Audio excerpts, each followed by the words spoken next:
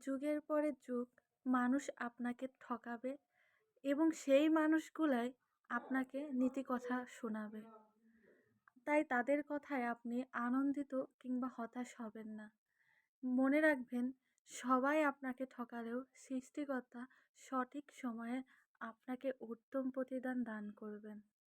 তাই তাই যখন আপনি অসহায় হয়ে পড়বেন, আপনার প্রতিদান দেওয়ার মতো একজনই থাকবে, সৃষ্টিকর্তা মহান আল্লাহ তাআলা।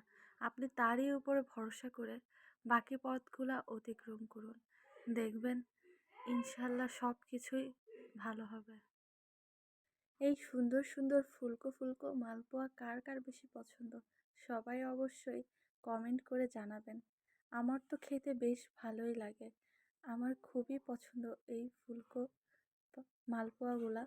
আপনারা যারা পছন্দ করেন এবং যারা খেয়েছেন, কেমন লাগে আপনাদের কাছে অবশ্যই কমেন্ট করে জানান।